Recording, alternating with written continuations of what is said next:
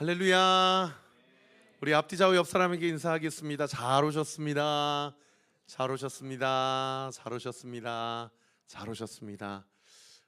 벌써 올 한 해 이제 3일밖에 남지 않았고요.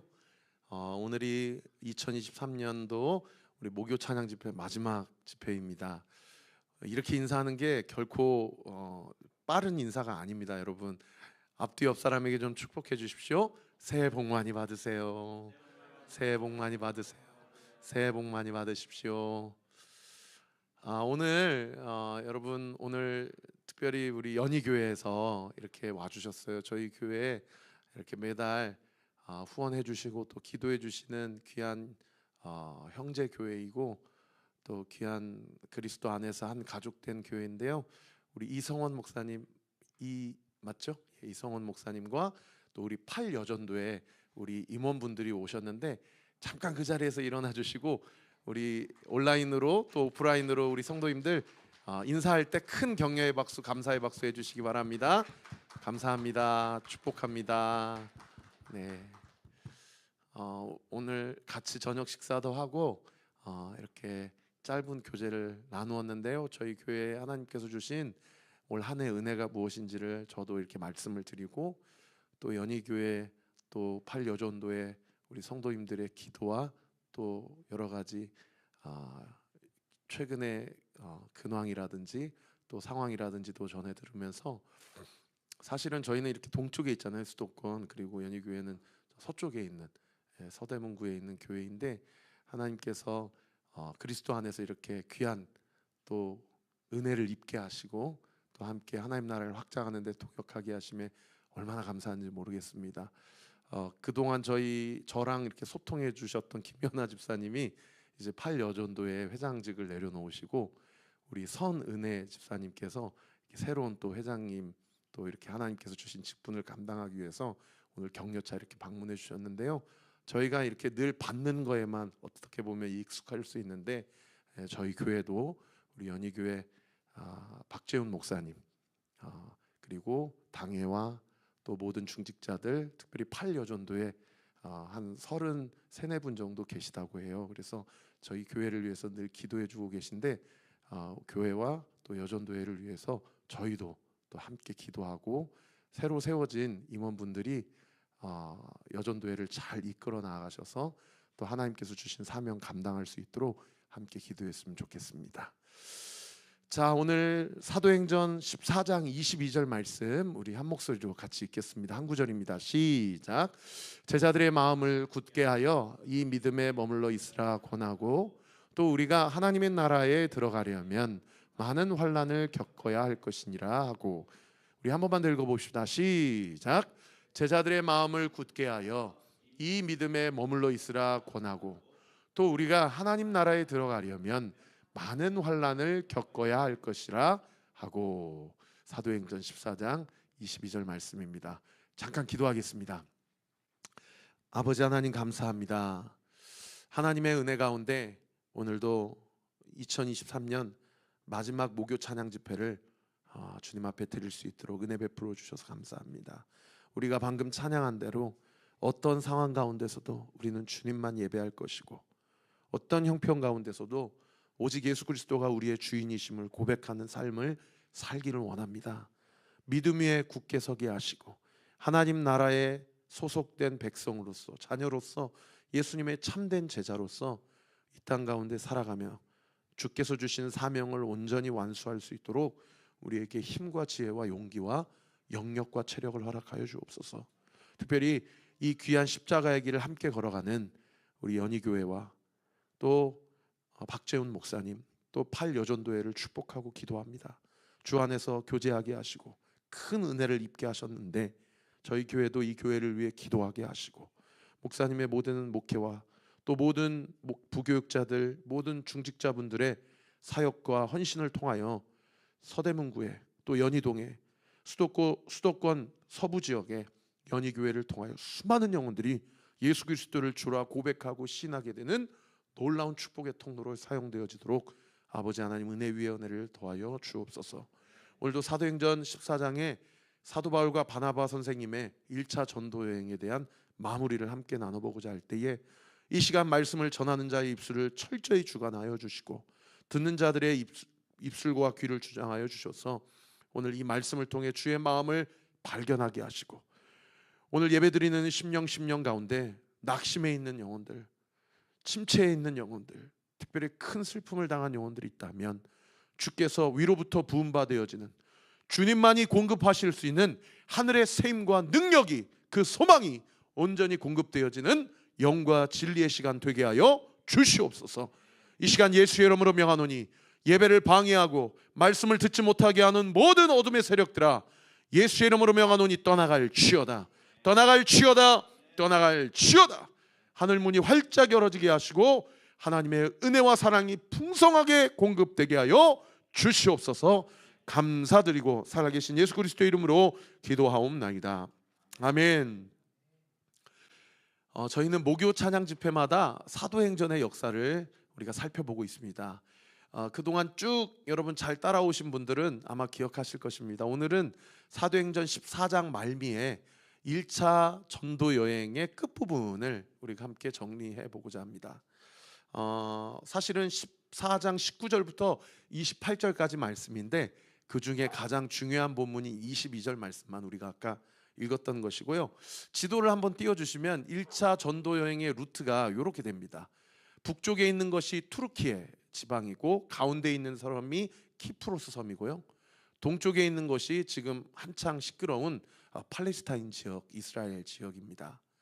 지금은 이제 시리아 땅인데 그 수리아라는 수리아라고 성경에서 명명하죠. 그 동그라미에 보시면은 저 도시가 안디옥이라는 도시입니다. 안티오쿠스라는 왕 또는 장군을 기념하기 위해 세운 도시인데 여기에 이방 선교의 전초기지인 안디옥 교회가 세워지게 되었고 이 교회가 1차로 바나바와 바울을 세계 선교의 선교사로 이제 파송을 해서 바울이 또는 바나바가 함께 1차 전도 여행을 이렇게 한 바퀴를 돌았던 그 루트를 우리가 지금까지 살펴보았죠. 이 안디옥에서 출발하여서 한 20여 킬로 이렇게 걸어가면 실루기아라는 항구 도시에 도착하게 되고 여기서 배를 타고 무려 210km나, 여러분 한번 생각해 보세요. 배멀미가 심하신 분들은 이게 쉽지 않습니다. 이 여정이. 배를 타고 키프로스 섬에 도착을 하게 됩니다. 이 도착한 항구의 도시의 이름이 살람이라는 도시의 이름이었고 여기에서는 그닥 그렇게 많은 복음의 열매가 없었어요. 그런데 실망하지 않고 바나바와 바울이 이 섬을 횡단을 합니다. 가로질러 가지고 서쪽에 있는 가장 큰 섬이자 이 키프로스 섬의 수도인 파포스라는 도시에 이르게 되고 수도이기 때문에 로마 총독의 관저가 있었고요. 이 바나바와 바울이 이 파포스 섬에서 서기오 바울이라는 로마 총독을 만나서 그에게 복음을 전하게 되고요. 이 도시가 변하게 되고 수많은 열매가 맺어지게 되는 거죠. 바나바의 고향이 키프로스 섬이었기 때문에 아마 바나바 개인적으로는 상당히 의미가 있는 여정이 아니었을까 그런 생각을 하게 돼요. 자, 여기서 멈추지 않고 다시 배를 타고 이제 터키 지방으로, 터키의 남부 지역인 버가라는 항구 도시, 지금 안탈리아라고 하는 남부 도시에서 가장 큰 유럽의 유명한 휴양 도시고요. 유럽에 있는 유수의 축구 구단들이 전지훈련을 요즘에도 많이 가는 휴양 도시입니다.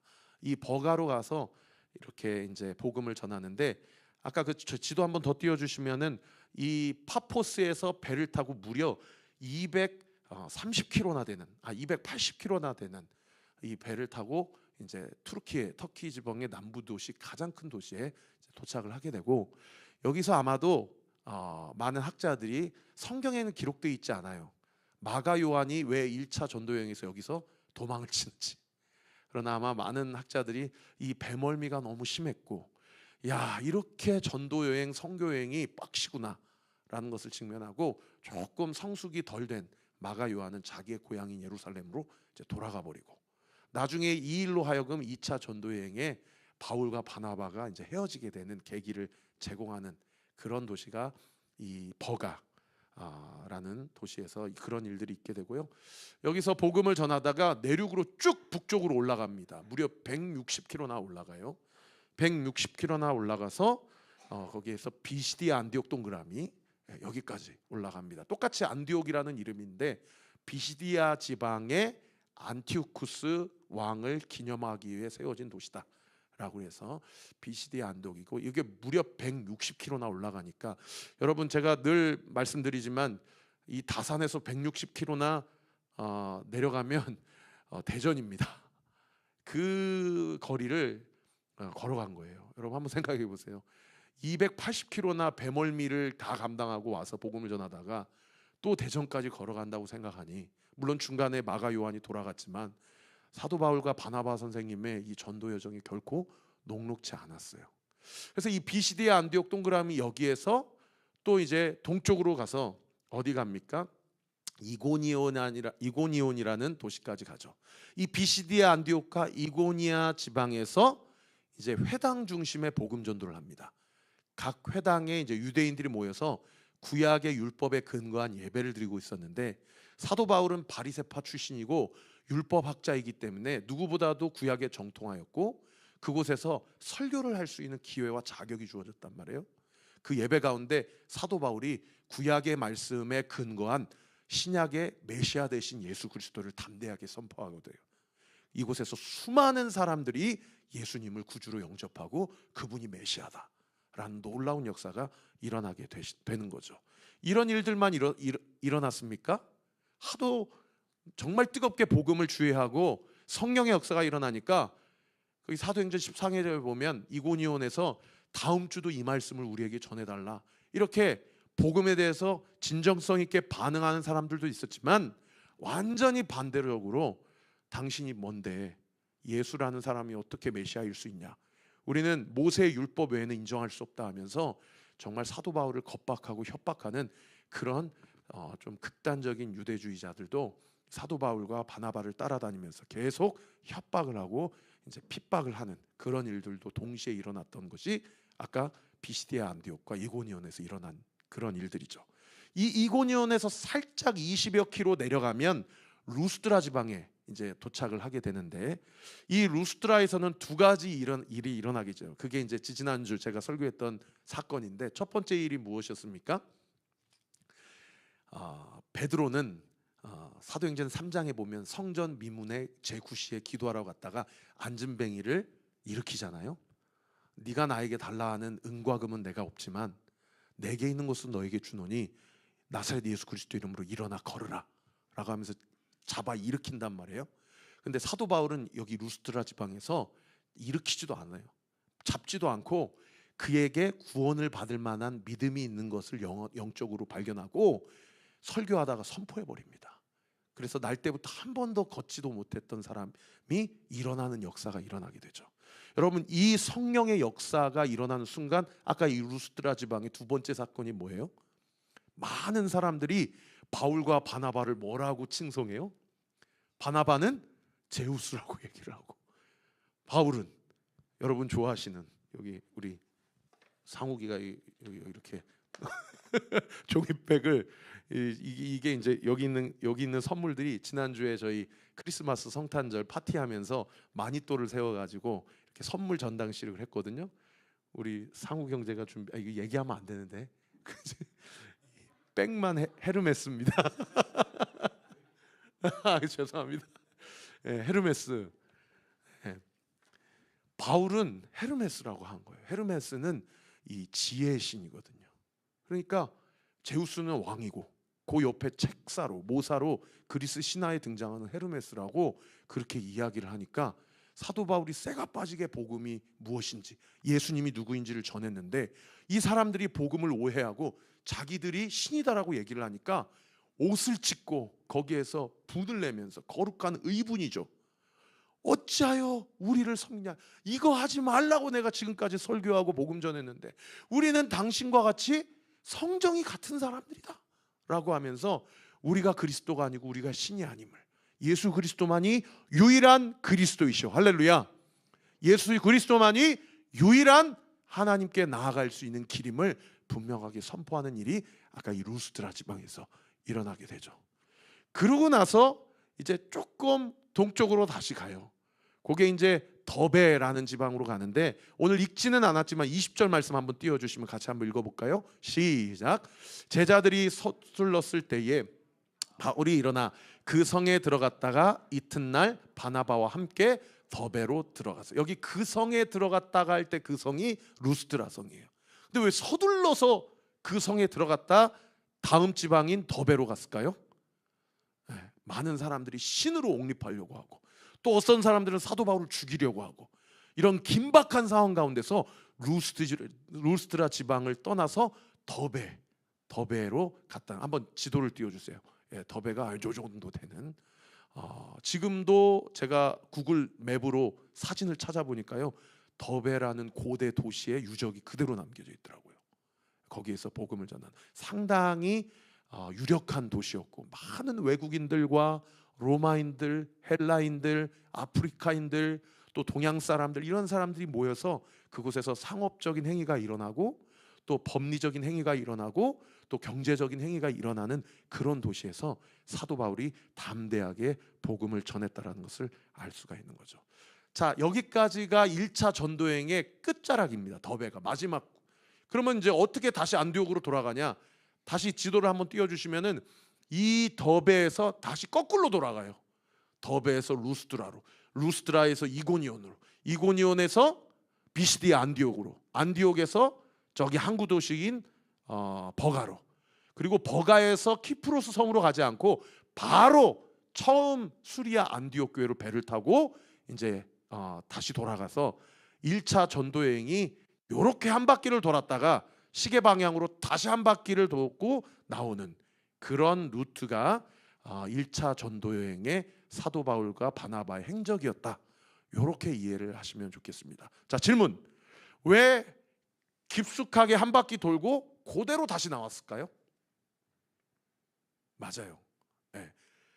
각 곳에서 복음을 전하고 나오는 길에 복음을 전한 각자의 도시에서 제자들이 복음을 변절하지 않고 끝까지 믿음을 지키고 신앙을 지켰는지를 확인하고 그들의 신앙과 믿음을 더 성장시키고 깊게 하기 위해서 사도 바울이 순회 선교를 했다라는 것을 알 수 있는 그런 대목이죠. 오늘 본문 22절 말씀 한번 띄워주세요. 22절 말씀. 우리 22절 말씀 같이 한번 읽어봅시다. 시작. 제자들의 마음을 굳게 하여 이 믿음에 머물러 있으라 권하고 또 우리가 하나님 나라에 들어가려면 많은 환난을 겪어야 할 것이라 하고. 그러니까 한 바퀴 시계 방향으로 돌았다가 그대로 다시 나왔던 이유가 뭐냐? 22절의 하이라이트 제가 쳐달라고 부탁했던 부분이에요. 마음을 굳게 하여 이 믿음에 머물게 하기 위해서라고 이해를 하시면 좋겠어요. 여러분, 이 믿음에 머물러 있으라를 다른 번역 성경에는 뭐라고 번역하냐면 따라합시다. 믿음을 가지고 살아라. 생각하고 따라해 주셔도돼요. 왜냐하면 이 말씀이 나에게 하시는 말씀이기 때문이에요. 할렐루야. 따라합시다. 믿음을 가지고 살자. 또 다른 번역 성경에는 뭐라고 번역해놨냐면 믿음을 지키고 살아라 이렇게 번역하고 있어요. 믿음을 가지고 살아라, 믿음을 지키고 살아라를 오늘 본문에 뭐라고 해요? 믿음에 머물러 있어라 라고 이야기를 하고 있다라는 거예요. 왜요? 다시 한번 띄워주세요. 22절 하반절. 왜냐하면 하나님 나라에 들어가려면 많은 환난을 겪어야 할 것이기 때문에. 여러분, 참 많은 목사님들이 이 부분을 설교하기가 참 쉽지 않습니다. 왜요? 예수 믿으면 복 받습니다. 예수 믿으면 문제가 해결됩니다. 예수 믿으면 모든 실타래가 풀어집니다. 사실 저도 이런 얘기 하고 싶어요. 그래서 좀 이 자리가 꽉 찼으면 좋겠어요. 그런데 여러분, 우리가 쭉 사도행전을 살펴보면은 예수 믿고 복음에 대해서 반응을 하고 심지어 복음을 전하면 그 사람의 인생 가운데 주어진 결과가 뭐예요? 하나님께서 칭찬하시고 그 사람의 사업이 잘 되고 그 사람의 건강이 더 강건해지고 그 사람의 자식들이 더 번창하고, 이것이 아니고 돌맞고. 그래서 오늘 보면 19절 보세요. 한번 19절 띄워주시면 이렇게 돼 있어요. 유대인들이 안디옥과 이고니온에서 와서 무리를 충동하니. 이미 안디옥하고 이고니온 복음 전했고 들어온 도시, 지나간 도시예요. 근데 그들이 루스드라와 더베까지 쫓아와가지고 쫓아와서 하는 일이 뭐냐? 그들이 돌로 바울을 쳐서 죽은 줄 알고 시외로 끌어 내리치니라. 따라와가지고 돌로 치는 거예요. 미행해서 뒤따라와서 돌로 치는 거예요. 다시 한번 띄워주시면, 시외로 내리치니라를 다른 번역 성경에 뭐라고 번역을 해놨냐면, 돌로 쳐서 사도 바울이 죽은 줄 알고 바깥에다 내다 버리니라, 이렇게 번역하고 있어요. 성 밖에다가 내다 버린 거예요. 여러분 한번 상상해 보세요. 웬만큼 돌로 쳐가지고는 이 사람 죽었구나 그렇게 생각하고 시외 성 밖에다가 내다 버릴 수 있냐는 거예요. 여러분 오늘날은요, 이 우리나라는 사실 치안이 잘 돼서 그렇지, 우리 홍승일 형제도 가끔가다 인도 선교 갔다 온 이야기를 저한테 얘기해주고, 뭐 청년들이 동남아시아나 중동이나 중국이나 어디 해외 선교 갔다 온 이야기를 저한테 해주면은요, 우리나라처럼 치안이 좋은 나라가 없습니다. 여자들 절대 인도나 어느 나라에서 혼자 다니지 못하게 해요. 제가 무슨 말을 하고 싶어서 이 말씀을 드리냐면, 성 밖에 내다 버렸다라는 것은, 여러분 그 당시는요, 이 들짐승뿐만 아니라 그 사람 시신에 대한 안전, 뭐 독수리라든지 여러 가지 불확실성으로 이 사람 사실상은요, 어떤 것도 보장할 수 없는 것이고, 그런 걸 떠나서 일단은 죽은 줄 알고 내다 버렸다라는 것은 돌로 쳐 맞은 사도 바울의 신체적 피지컬적 상태가, 이게 그냥 단순히 여기 잠깐 찔끔 머리에 피나고 그냥 그런 상태가 아니고 그야말로 반 죽은 거예요. 그래서 어떤 신학자는 이 부분을 뭐라고 번역했냐면, 실제로 죽었는데, 왜냐하면 그렇게 극단적인 유대주의자들이 바보가 아니기 때문에 정말 숨이 끊긴 줄 알고 죽었는데 성령께서 부활시켰다, 이렇게 주의하는 학자들도 있어요. 그 정도로 돌로 맞고 완전히 반 이상으로 사람이, 사실상 이거는 정말, 이건 중환자실에 끌려가지 않는 한 생명을 보장할 수 없는 긴박한 상황에서만큼이나 사도 바울이 치명적인 외상을 입은 겁니다. 그런데 놀라운 것은요, 20절 그 다음 구절 보세요. 사도 바울이 어떻게 되냐? 제자들 그 극단적인 유대주의자들만 그렇게 따라온 게 아니라 제자들도 사도 바울을 따라와 가지고 성 밖에 내 던진 그 씻은 사이로 제자들이 둘러섰을 때 바울이 어떻게 해요? 그 자리에서 일어나서 다시 루스드라 성으로 들어가서 그 다음 날 바나바와 함께 더베로 가요. 90km나 되는 거리를 다시 걸어갑니다. 여러분 이게 말이, 그냥 성경에 이렇게 써 있으니까 그런가 보다 하고 지나갈 수 있지만, 내가 전도하다가 이런 일을 당했다고 생각을 해보세요. 여러분 어떻게 그렇게 더베로 갑니까? 그죠? 병원에 입원을 하든지, 그죠? 아니면 한 일주일간 요양을 하든지, 그게 상식적인 거 아닙니까? 아무리 예전에 제가 어렸을 때 좋아하던 만화 중에 드래곤볼이라는 만화가 있었는데, 그 선두라는 콩을 먹으면 죽은 사람도 살아나는 콩이거든요. 여러분 이게 정말 성령이 역사하지 않았다면 믿겨지지 않을 정도로. 그래서 제가 20절 다시 한번 띄워주시면, 이 부분을 묵상하면서 어떤 이미지가 떠오르냐면, 반 죽었는데, 그래서 어떤 신학자들은 실제로 죽었는데 성령이 부활시켜 주신 것일 것이다, 이렇게까지 주장할 정도로 정말 치명적 외상을 입은 사도 바울이었는데, 제자들이 둘러싸니까 약간 그런 느낌이 있죠. 어떤 이미지가 상상나냐면, 그냥 툴툴 털고 일어나서 제자들이랑 같이 다시 들어가자고, 여기서는 지금 안전이 보장이 안 되니까 들어가자라고. 상당히 의연하게. 그리고 이런 일들은 이전에도 얼마든지 있었고, 지금도 나는 이런 일이 새롭지 않고, 또 앞으로도 이런 일은 얼마든지 있을 수 있고. 저는 첫 번째, 우리가 믿음에 머물기 위해, 다른 번역 성경에 우리의 믿음을 지키기 위해서 우리 안에 그리스도인으로서의 첫 번째 정체성이 있다면 그것은 뭐냐? 나는 환난과 고난 앞에서 얼마나 의연한 태도와 자세를 견지하며 신앙생활하고 있는가. 우리 자신을 한번 되돌아봐야 된다는 겁니다. 제가 여기서 자세하게 여러분과 나눌 수 없지만, 사실 저 이번 한 주 좀 마음이 많이 어려웠습니다. 전화 한 통화 때문에. 하나님, 이 교회는 제 교회 아닙니다. 이 교회는 예수님의 교회입니다. 할렐루야. 이 교회에 재정적인 어려움이 들이닥친다 하더라도, 어떤 아무개 성도가 그 후원을 끊는다고 하더라도, 이 교회는 저의 교회가 아니고 예수님의 교회이기 때문에 주께서 책임져 주실 것을 믿습니다. 저는 개척교회 목사로서 죄송합니다. 저는 참 믿음이 부족해요. 그래서 부흥은 고사하고 자립만 했으면 좋겠다는 마음이, 인간적인 마음에 늘 자리 잡고 있어요.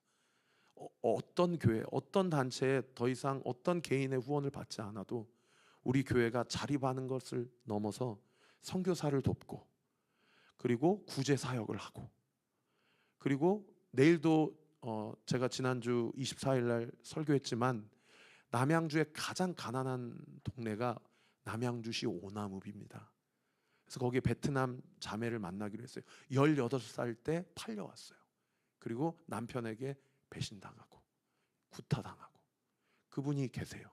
그래서 제가 25일 날 찾아가서 교회 금일봉을 좀 전달하고 좀 격려하고 그분과 관계를 그분이 이슬람교예요.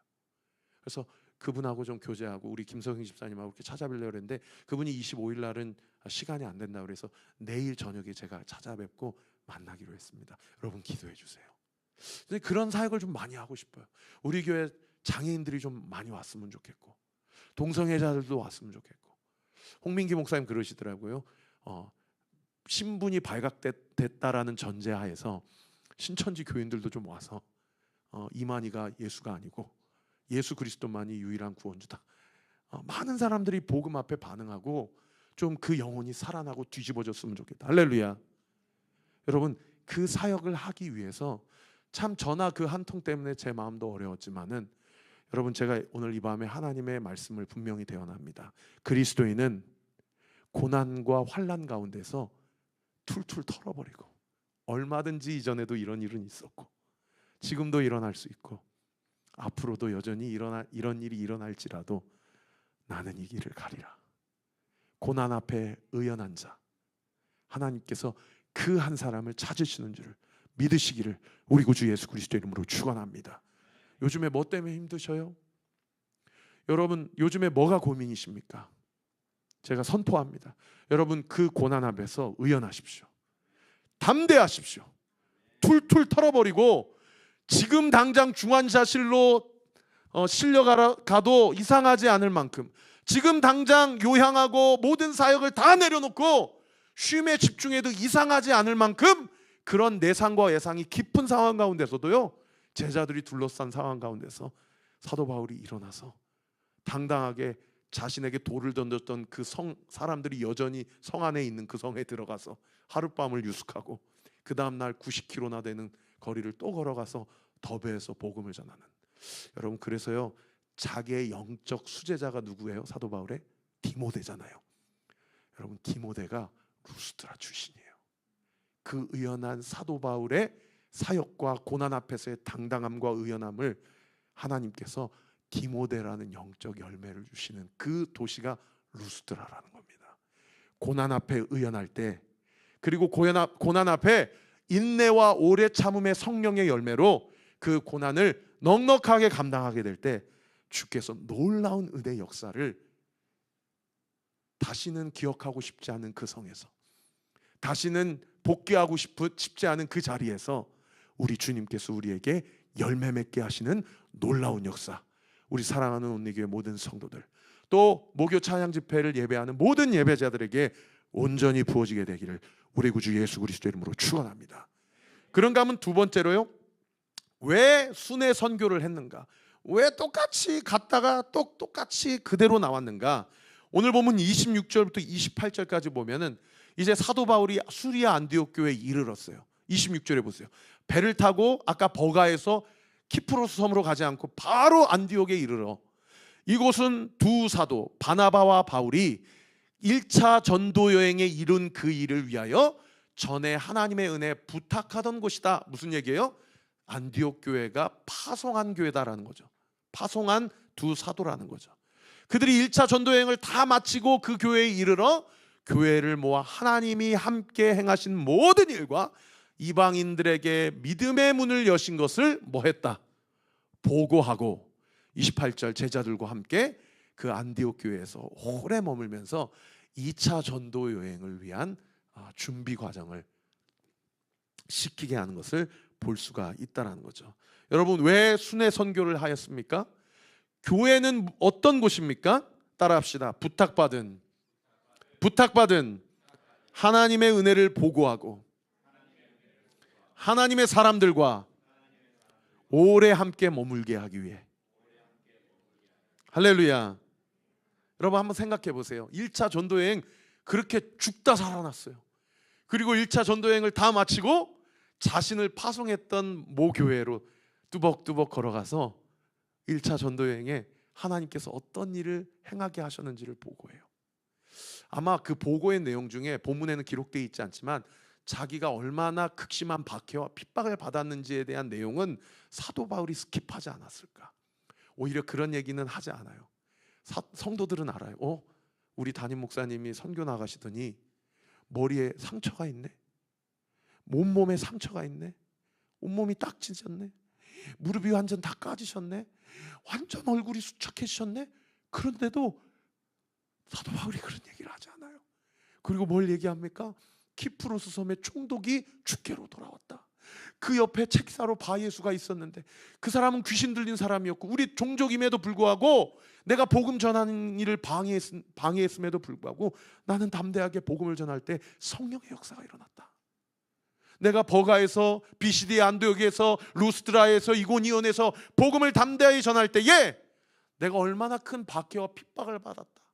그래서 마치 자기 자신이 마치 우리 남자들 군 생활할 때 얼마나 많이 고생한 걸 자랑하는 듯이 그런 보고가 아니고 주께서 나를 통해 이 미천하고 지금 하나님이 내 생명을 걷어가셔도 나는 할 말이 없는 박해자 중에 박해자요, 교회를 모독하고 하나님의 이름을 먹칠했던 나를 하나님께서 이렇게 사용하셔서 수많은 투르키제 지방, 소아시아 지방, 키프로스 지방, 로마인들에게, 헬라인들에게, 아프리카인들에게, 유대인들에게 복음을 전하는 복음의 전달자로 나를 사용해 주셨다. 나는 지금 죽어도 여한이 없다 라고 하면서 그 보고를 들었을 때 두 사람을 파송하고 기도로 후원하고 물질로 후원했던 수리아 안디옥 교회 성도들의 마음이 어땠을까요? 교회가 존재하는 이유, 우리가 돈을 벌어야 되는 이유, 우리가 선교사를 파송해야 되는 이유, 우리가 이 땅 가운데 살아가는 이유, 그 보고를 주고받으면서 우리의 정체성이 더 분명해지고, 할렐루야, 교회의 사명이 더 선명해지는 그런 영적인 교제의 관계가 오래 함께 머물면서 보고를 하고 보고를 받으면서 그 영적인 감격이 얼마나 서로 간에 놀랍도록 감격에 차고 환희에 찼겠냐 이 말이에요. 그런데요, 이런 생각이 들더라고요. 보고자는 바울이고 바나바고 보고를 듣는 자는 안디옥 교회 성도들인데 영적인 눈으로 분별을 해보니까요, 보고자는 바울이 아니요 바나바가 아니요 바울과 바나바를 도구 삼으셨던 예수의 영이신 성령이요. 할렐루야.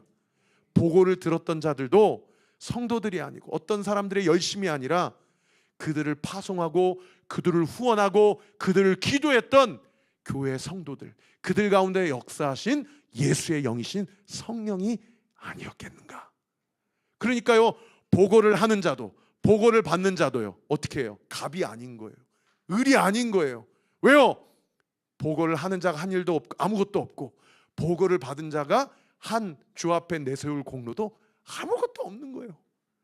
다 모든 일이 주님이 시작하셨고 주님이 진행시키셨으며 주님이 완성시킨 일이었다라는 거죠. 할렐루야. 여러분, 우리가 아까 첫 번째 나눴던 게 뭐예요? 그리스도인은 고난과 환난 앞에서 의연한 자다. 두 번째, 마지막으로 여러분과 함께 나누고 싶은 그리스도인은요, 예수 그리스도, 아까 26절 다시 한번 띄워주세요. 예수 그리스도의 은혜를 말하고 예수 그리스도의 은혜를 듣는 자가 그리스도인의 정체성이 아니겠는가. 여러분, 요즘 제일 많이 듣는 이야기가 무엇이세요? 내가 제일 많이 말하는 것이 무엇입니까? 그리스도인은 어떤 형편과 상황 가운데서도 내가 이렇게 죽을 뻔했어, 내가 이 상황 가운데서 내가 이런 일을 해냈어, 나의 성취나 나의 공로나 나의 자랑을 늘어놓는 것 사람들, 그런 자랑과 성취를 듣는 사람들이 아니라 이런 나를 통해서 하나님이 어떤 일을 행하셨는지 그 하나님의 은혜를 말하고 그 하나님의 은혜를 듣는 자들, 하나님의 은혜를 말하고 하나님의 은혜를 듣는 자들이 그리스도인의 정체성이 아닌가. 이것이야말로 믿음에 머물러 있는 것, 이것이야말로 믿음을 지키는 자의 특징이 아니고 비결이 아닌가, 그런 생각을 하게 되더라는 것이죠. 말씀의 결론을 맺겠습니다. 우리 찬양팀 나와주시고요.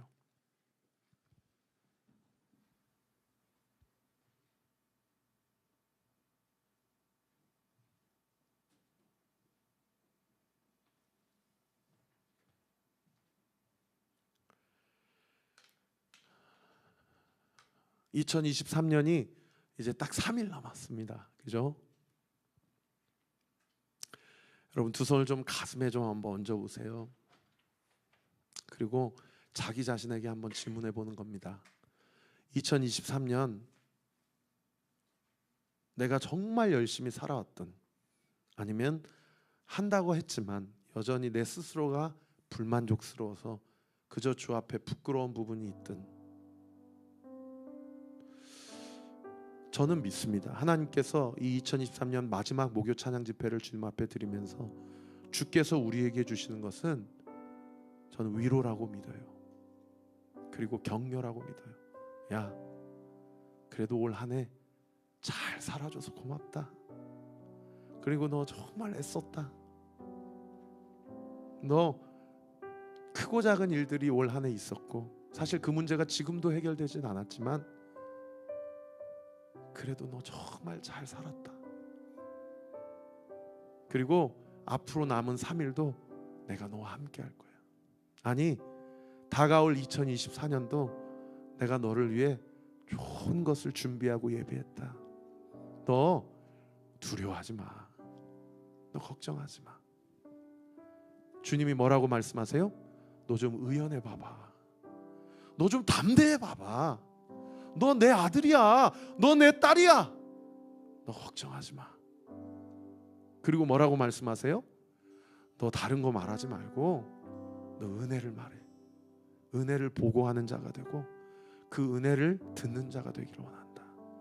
우리 주님이 어쩌면 이 마지막 집회, 올 한 해를 마무리하면서 주님이 우리에게 이렇게 말씀하고 격려하고 계시는 것은 아닌가, 그런 생각이 들어요.